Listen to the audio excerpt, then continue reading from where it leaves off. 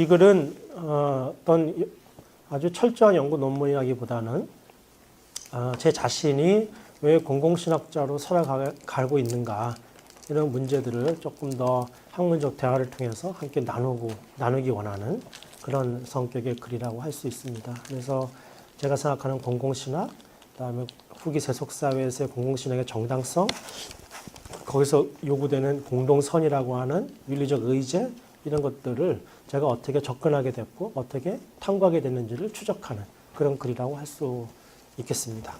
프롤로그 첫 번째 패러그래프는 하여튼 지금 우리가 직면하고 있는 여러 가지 사태가 종교개 500주년의 의미를 퇴색할 뿐만 아니라 역설적이게도 다시 부각시킨다. 이런 의미를 담았습니다. 두 번째 패러그래프. 정치학자나 사회학자가 아닌 신학자로 이 시대를 살아가야 한다면 이런 문제가 객관적인 학문의 대상만으로 다가올 수 없습니다. 비판과 비난만으로 책임을 면하기도 어렵습니다. 신학자에게 이런 현실은 무엇인가 하지 않으면 안 되는 책임적 행동을 요청하며 존재의 목적을 묻는 본질적 사태라고 저는 생각합니다. 만약 신학자가 자신이 속한 공동체의 모순과 고통에 무감각하고 그의 신학이 그 현실과 무관한 채 연구된다면 저는 종교학자일 수는 있어도 신학자로서 진정성을 포기한 것과 같다. 만약 스스로를 공공신학자라고 자각하는 이라면 그의 신학은 자신이 살아가고 있는 시대와 역사, 문화의 질문에 전방위적으로 노출되는 것을 두려워해서는 안 됩니다. 공공신학은 사회적, 정치적, 문화적, 경제적 문제들에 대해서 교회의 책임을 통감하는 윤리신학적 관점으로 접근하기 위해 더 많은 중거적 틀을 제공하려는 신학적, 철학적 노력입니다. 따라서 공공신학은 시민사회의 다원적 상황을 고려하는 더 많은 참고 자료를 필요로 하며 상황화를 통해 성서와 신학의 토대를 둔 가치들을 제시하게 됩니다. 해방신학이나 민중신학과 같은 상황신학과 공공신학의 방법론에는 일정한 차이가 있죠. 예컨대 해방신학이나 여방신학은 억압받는 민중이나 소외된 여성의 입장에서 그들의 소리를 대변하며 가난한 이들과 여성의 정당한 권리를 정치적으로 획득하고자 한다면 공공신학은 신학의 공공성을 기반으로 하여 공론장에서 설득 가능한 대안으로 하나님 나라의 가치를 실현하고자 합니다. 신학이 협소하게 정의된 공동체적 정체성에 매몰되어 제한되어서는 안 되고 기독교적 가치의 초월적 본성과 타인에 대한 기독교 윤리의 본질적인 관심을 포용할 수 있어야 한다는 것이죠. 그래서 오늘의 공공신학자들은 공공신학의 목적을 전통적인 기독교가 적절하게 대답하기 어려운 시민사회의 다원적 질문들에 대해서 다른 접근법으로 신학적 응답의 가능성을 모색하고 있는 것이라고 저는 생각합니다. 그래서 공공신학은 매우 복잡한 상황에 놓여 있는 인간의 공적인 삶에 대해 기독교적 설명을 제시하려는 것이죠. 이 목적에 따라 공공신학자 스캇 페어스는 공공신학의 세 가지 과제에 대해서 얘기하는데 Analysis, Interpretation, 그다음에 Constructive인데 여기서 말하는 분석과 해석은 학문적으로 공론화 과정을 통해서 수행해야 된다는 것이고요. 그 다음에 가장 중요한 게 세 번째 단계인데 구성적이라고 하는 것은 마치 월터 서프가 얘기하듯이 세계 형성적 기독교 이런 얘기하죠. 보네포가 예전에 얘기했던 형성적 기독교 윤리 같은 의미라고 할 수 있습니다. 또 사회학자들은 수기적 민주주의 이런 얘기를 쓰죠. 같은 의미입니다. 새로운 견본, 템플릿을 구성해서 전통적인 기존의 방식으로는 해명되지 않는 문제에 대해 새로운 대안을 제시하는 것이 공공신학의 과제다. 이렇게 말할 수 있습니다. 이런 단계적 방식으로 공공신학의 실천을 추동하기 위해서는 우리가 놓인 현실에 대한 분석이 아주 필요하죠. 전통적인 신학 방법론과 달리 문제 혹은 의제가 놓여 있는 공론적 상황에 대해 우선적 관심을 표명해야 합니다. 따라서 정치, 경제, 사회, 문화에 걸쳐 필요한 전문가나 지식의 대화를 나누며 사태의 객관적 원인과 결과를 파악하려고 합니다. 패스가 지적한 대로 이는 지금까지 전통적인 신학에서 다루지 않았던 분야이거나 동시대의 복합적인 원인들이 결부되어 전통적인 방법으로는 그 총체적 사태를 제대로 파악하기 어렵기 때문입니다. 그래서 공공신학자는 자신이 속한 공동체 그리고 그것이 지구적이며 국가적이며 지역사회적인 범위에 따라 층위가 달라지겠습니다만은 그 공동체의 구체적인 삶에 대해 현실적 태도를 갖지 않을 수 없게 됩니다. 공공신학자의 삶은 신학교 안에 있을 수도 없으며 신학교 밖만도 아닌 삶 그 자체의 역동에 진지하게 개방되어 있어야 합니다. 동시대인들이 직면한 갈등과 모순에 자신도 참여하는 삶이 전제되지 않는다면 공공신학은 단지 교회 중심적 신학의 또 다른 세련된 표현에 지나지 않게 될 것입니다. 자, 그럼 저는 어떻게 공공신학이라는 타이틀을 달게 됐을까? 피터 버거가 굉장히 중요했습니다. 저에게는. 피터 버거가 어쩌다 사회학자가 되어라는 책에서 종교사회학자이며 지식사회학의 권위자로 살아온 그의 지적 여정을 얘기하는데요. 저에겐 두 가지 의미가 이 책에 있었습니다. 우선 사회를 대하는 그의 태도, 구성적이죠.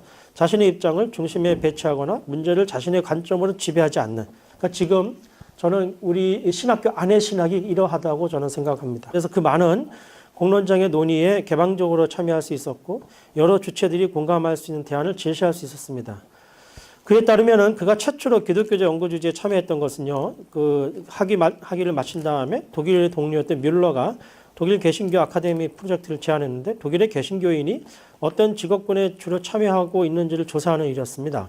독일로 건너간 그 피터버그가 뮬러가 이렇게 얘기했다고요. 자네는 이제 개신교회를 위해 일하니 루터 교인이었던 그에게 그에 걸맞게 행동해 주게라고 요청했으나 버거는 조사 과정에서 그 어떤 종교적 강요나 억압도 느낄 수 없었고 오히려 그 아카데미는 공개 토론의 장일 뿐 어떤 주요 요인의 역할을 하지 않았다라고 원칙을 지켰다고 합니다.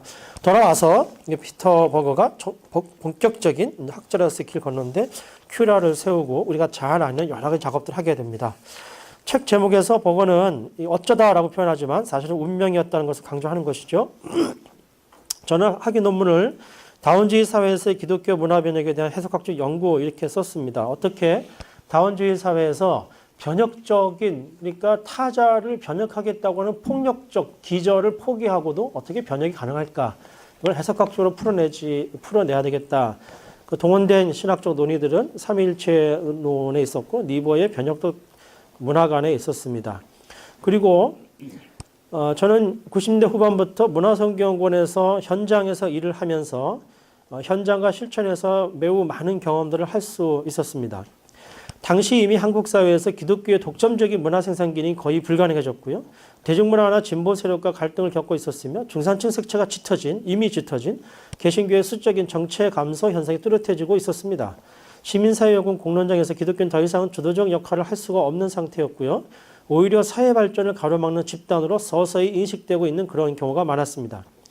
근데 제가 담당하고 있었던 문화선교 혹은 문화적 컨텐츠를 동원한 문화적 대화를 통해 이 긴장을 풀어보려는 시도들도 사실상 그리 효과적이지 못했습니다. 사실 단지 전략적 변화만으로는 해결하기 버거운 도전이었습니다.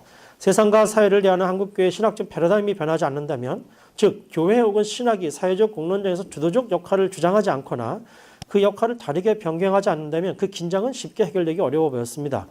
주도적 역할을 내려놓기 혹은 변경을 복음 전파의 포기나 세상에 대한 타협으로 인식하는 한 앞으로 한국 사회에서 개신교의 지속적인 고립 및 갈등은 피할 수 없을 것이다 라는 것을 저는 예측을 했습니다. 이 즈음 저는 학위를 마쳤고요.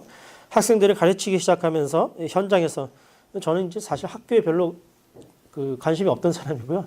전임 가기로 했던 교회에서 갑자기 못 데려가게 됐다고 해가지고 얼떨결에 가만히 있다가 학교로 가게 된 케이스입니다.